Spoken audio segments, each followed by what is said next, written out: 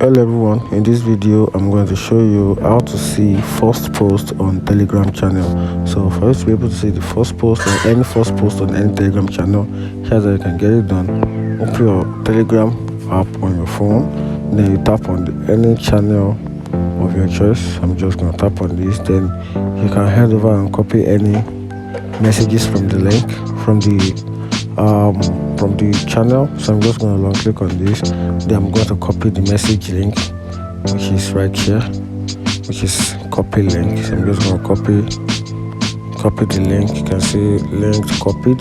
Then I'm going to use the search bar, then search for saved messages. Just type it, saved messages, tap it like this, tap on it, then search, then you paste the message link you copy from the group channel, from the Telegram channel, you paste it here. Then you notice that this particular message I copied is at number 50.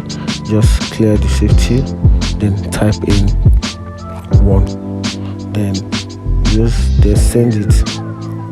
So just tap on this button right here, then you send it like this to your saved messages. Then you tap on the link right from your saved messages, then this will actually take you to the first post of the channel. You can see this is the first post of the channel, and that's it. If I video helpful, like and follow for more. Thank you.